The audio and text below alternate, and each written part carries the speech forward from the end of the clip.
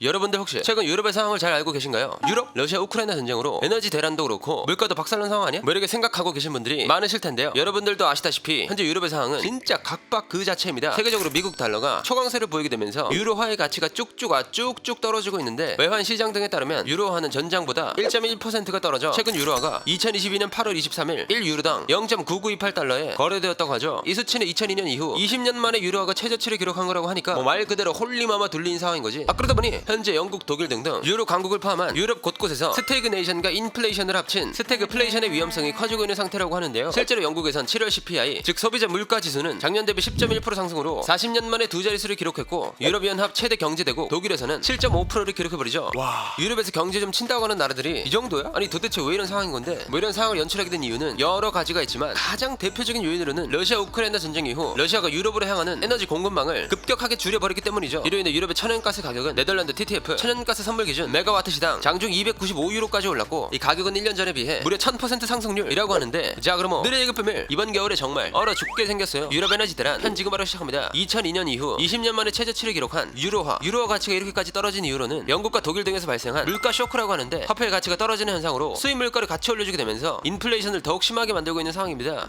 나 신사하네. 아니 뭔 놈의 물가가 이렇게 많이 오는 거야? 나도? 야 나도 요즘 물가가 너무 비싸서 생활비 아끼려고 밥도 제대로 못 먹는다니까? 야 그래도 너네는 CPI 7.5%밖에 안 올랐다며? 우리는 두 자릿수라고. 그래서 우린 그냥 굶어. 그래 끔찍하지만 우리도 힘들고 너네도 힘들고 다 힘들다 정말. 우리 어떻게 하냐? 이렇게 2022년 7월 기준 영국의 CPI 즉 소비자 물가 지수는 1년 전보다 10.1%가 올라서 40년 만에 처음 두 자릿수를 기록했다고 합니다. 빵과 계란은 15%, 버터는 29%, 베이컨은 32%, 구운 콩절임은 43% 상승하면서 일반 서민들은 죽어 나가고 있는 상황이죠. 뭐 이것만 봐도 물가가 너무 살인적이다 라는 생각이 들잖아요. 우리나라에서도 소비자 물가 지수가 6% 이상 상승하면서 사람들이 물가가 너무 올랐다고 하니까 하지만 시티뱅크는 여기서 멈추지 않고 내년 영국 물가 상승률이 18.6%로 예상된다는 분석을 내놓기도 했고 또 영국 중앙은행은 올해 안으로 물가 상승률이 13%가 넘는다는 전망을 발표하기도 했죠. 그리고 영국 타임스 온라인 설문조사에 따르면 성인 16% 이상이 돈을 아끼려고 정기적으로 끼니를 거르고 있다는 결과가 나오기도 했습니다. 뭐 이런 상황은 영국뿐만 아니라 유럽연합의 최대 경제대국인 독일에게도 영향을 미치고 있었는데요. 먼저 독일은 소비자 물가 지수 7.5%를 기록했다고 합니다. 이로 인해 독일 시민들 중 지난해 대비 4배 증가한 60%가 저축을 할 여력이 없다고 하는 상황이죠. 뭐 이 말은 10가구 중 6가구는 하루 벌어 하루 살고 저축을 해 못한다는 거잖아요. 상황이 나아지면 다행이지만 독일 금융기관인 슈퍼카사에 따르면 향후 저축 여력이 없는 가구가 전체 4천만 가구 중 2,400만 가구까지 늘 것이란 전망을 발표했습니다. 또 물가 상승률이 올 가을 안으로 10%를 넘겨 70여 년 만에 가장 높은 수준을 기록할 거란 분석이 있죠. 이렇게 유럽에서도 강대국이 손꼽히는 두 나라가 혼란에 빠지면서 현재 유럽 전역이 흔들리고 있다고 봐도 무방한 상황인데요. 뭐 유럽이 이런 상황에 놓이게 된 것은 많은 분들이 예측하실 수 있다시피 바로 에너지 가격 상승입니다. 러시아가 우크라이나를 침공한 이후 여러 유럽 국가들이 러시아에 대한 제재를 가했잖아요. 당연히 러시아 입장에서는 자국에 제재를 가하는 자식들은 가만히 둬선 안 되겠다 싶은 거고 결국 그 보복으로 천연가스 같은 에너지를 무기 삼아 유럽을 압박하고 있기 때문에 에너지 가격 상승 물론이고 국가 내 물가 상승에 엄청난 타격을 줄 수밖에 없는 거죠. 그리고 현재 러시아는 천연가스로 유럽을 점점 더 압박하고 있는 상황인데요.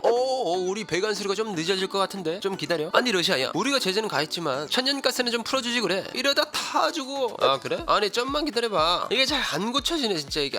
에이 주고 싶어도 못 주겠다. 미안하게 됐수다. 진짜 러시아야 왜 그래. 우리 겨울 되면 진짜 다 얼어 죽는다니까. 한 번만 더 생각해봐 라고 하면서 유럽은 러시아에게 제재는 가했지만 천연가스는 달라 뭐 이렇게 소리를 치는 중입니다. 하지만 아쉬울 게 없는 러시아는 유럽에게 이런저런 핑계를 대면서 에너지를 인질 삼아 목을 조르고 있죠. 실제로 최근 천연가스를 유럽으로 보내는 노르트 스트림 1 가스관을 재가동했지만 전쟁 이전과 비교했을 때 가스 수송량이 기존의 30-40%에 불과했다고 하는데요. 뭐 러시아가 유럽에 공급하는 천연가스 수송량의 30-40%밖에 공급을 안 한다는 것은 결국 에너지를 비축하지 못하게 만든다는 거잖아요. 그렇게 되면 안 그래도 천연가스가 부족한 마당에 겨울철 난방을 뗄 수가 없고 유럽 입장에서는 얼어 죽기 전 러시아에게 천연가스를 달라고 구걸할 수밖에 없는 겁니다. 게다가 유럽 천연가스 가격의 기준이 되는 네덜란드 TTF 천연가스 선물 기준 메가와트 시당 장중 295유로 즉 하나로 약 39만원까지 치솟으면서 1년 전에 비해 무려 1000% 상승률이라는 미친 기록을 달성하기도 했는데 러시아가 2022년 8월 31일부터 9월 2일까지 가스관을 통한 가스 공급을 막는다고 발표했다고 하죠. 그렇게 3일 동안 가스 공급을 막은 다음에 가스관 정비가 끝나고 기술적으로 문제가 없으면 그때 다시 가스관 용량의 20% 정도 다시 공급해준다고 했거든요. 하지만 20%의 공급량은 유럽 입장에선 턱없이 부족한 양이고 또 러시아 천연가스에 대한 의존도가 높은 상황에서 대책을 세우지 않는다면 어디서 문제가 발생하든 이상하지 않은 상황이기 때문에 뭐든 해야만 했죠. 뭐 말 그대로 유럽 입장에선 유럽에선 천연가스 가격은 오를 대로 치솟은 상황에서 3일 동안 가스를 공급 안 해준다고 하니 발등에 불똥 떨어진 듯 대책이 시급한 상황인 겁니다. 그렇게 유럽에서 내세운 대책은 바로 천연가스 소비를 15% 줄이자 뭐 이런 건데요. 자자, 우리가 이럴 때일수록 러시아 천연가스에 대한 의존도를 낮추고 조금 더 아껴 쓰고 절약하고 해야 합니다. 이런 말을 하면서 가입 고객의 약속을 제안한 것이죠. 이 제안에 대해 조금 살펴보면 2022년 7월 20일 유럽연합 집행위원회는 회원국에 올해 8월 1일부터 2023년 3월 30일까지 가스 수요를 15% 줄이기로 약속합니다. 뭐에 따르면 회원국들은 9월 말까지 감축 목표 달성 계획을 제출하고 2개월마다 상황을 보고해야 한다고 하죠. 하지만 절약하는 것도 일단은 가스가 있어야 하는 것인데 여러 유럽 국가들이 러시아 천연가스에 대한 의존도가 너무 높다 보니 문제가 될 수밖에 없었죠. IMF가 분석한 결과에 따르면 러시아로부터 천연가스 공급이 중단될 경우 러시아 가스 수입 의존도가 70% 이상인 국가인 헝가리, 슬로바키아, 체코, 이탈리아에선 내년 GDP가 5% 이상 줄어든다는 전망도 있었기 때문에 최근 유럽연합 회원국들 사이에서도 의견이 갈리고 있는 상황입니다. 그리고 이런 의견 분열은 천연가스 소비 15% 감축안에서도 나타났죠. 프랑스, 네덜란드, 이탈리아, 덴마크 등은 감축 의무화를 반대했고 포르투갈은 나라별 특징도 고려하지 않고 그냥 15%라고 말한 게 안일권 태도로 수용할 수 없다고 말하기도 했다고 합니다. 또 헝가리는 7월 21일 러시아를 직접 방문하면서 추가적인 가스 공급을 요청했으니 러시아 가스가 무섭긴 하네. 그래도 뭐 어떻게 천연가스 소비 15% 감축안이 통과가 되면서 많은 유럽 국가들은 본격적인 가스 소비 감축 정책에 들어가게 됩니다. 그런데 이게 말이 쉽지 실제로 소비를 감축하는 것은 각 나라별 국민들이잖아요. 안 그래도 물가도 오르고 에너지 값은 상상도 못할 정도로 올라간 상황에서 에너지 사용을 줄이기 위해 정책을 펼친다? 이 정책을 펼침으로 인해 돈 없고 힘없는 국민들은 더 각박한 삶을 살게 되는 거예요. 가장 대표적으로 영국의 가구당 연간 에너지 부담액을 살펴보게 되면 현재 1971파운드 하나로 314만원이라고 하거든요. 근데 이 가격은 작년에 비해 54%가 급증한 상태이고 내년에는 4266파운드 하나로 679만원까지 오를 거란 전망이 나온 상황이죠. 그러니까 아까 전 이야기했던 물가 상승률과 에너지 가격 상승률을 보게 되면 일반 서민들은 이제 밥을 안 먹고 따뜻하게 잘 것이냐 아니면 따뜻하게 자는 것을 포기하고 밥을 먹을 것이냐를 선택해야 하는 것입니다. 그래도 유럽에 살고 있는 사람들은 어떻게든 에너지를 아껴보자 하면서 간판 불도 끄고 시청 광장 같은 분수대에서 나오는 물도 좀 멈춰보고 법적으로 시간을 지정해 불을 켤 수 있는 시간대를 정해보지만 결국 에너지 요금 폭등에 참다 못한 영국 국민들은 거리로 나와 시위를 하기 시작했고 전기와 가스 요금 납부를 거부하는 서명에 동참한 인원만 17만 명에 이른다고 하죠. 하지만 이런 상황은 나아질 생각을 하지 않았고 여름철 40도가 넘는 폭염에 시달리는 와중에 가을이나 추운 겨울 에너지 부족 사태를 대비하기 위해 유럽 사람들은 서둘러 땔감을 구하러 다니고 있다고 합니다. 근데 이 땔감의 수요가 증가하면서 이마저도 가격이 올라 천연가스를 대체할 수 있는 방법이 점점 사라지고 있죠. 이로 인해 영국 키어 스타머 노동당 당수는 이런 말을 하기도 했는데요. 아무런 대책도 답도 내놓지 못하는 좀비 정부나 다름없다 뭐 이런 말을 듣고 싶어하는 정부는 없잖아요. 그러다 보니 최근 유럽은 이 문제를 해결하고 러시아의 천연가스 의존도를 낮추기 위해서 미국이나 중동에서 에너지를 수입하기 위해 노력을 하고 있는 상황이죠. 그런데 이 문제는 우리나라에까지 영향을 미칠 수 있다는 건데요. 우리나라 같은 경우 중동이나 호주, 미국에서 천연가스를 운반선으로 수입합니다. 전 세계적으로 가스값이 오르는 것도 문제이긴 하지만 아무래도 운반선으로 수입하는 방법이 더 큰 문제가 될 수 있는 거죠. 근데 유럽이 우리가 수입하는 쪽으로 눈을 돌리게 되면서 운반선을 같이 이용하게 될 거고 그렇게 되면 우리나라가 유럽과 가스 수입을 두고 경쟁을 해야 하는 거니까 게다가 유럽 지역이 우리와 같은 북반구에서 난방 시즌이 같아버리네? 그럼 우리나라로 와야 할 가스 일부가 유럽으로 가게 되면서 한국의 겨울철 시즌 정전이 발생하거나 도시가스 공급 부족으로 난방을 하기 어려워지는 상황이 벌어질 수 있다는 전망인 거죠. 자, 그럼 하루빨리 전세계 에너지 대란이 막을 내릴 그날을 기다리면서 오늘의 1급 비밀 마치도록 하겠습니다. 다음에 또 다른 이야기를 담으세요. 1급 비밀 파일을 들고 다시 찾아오도록 하겠습니다. 감사합니다.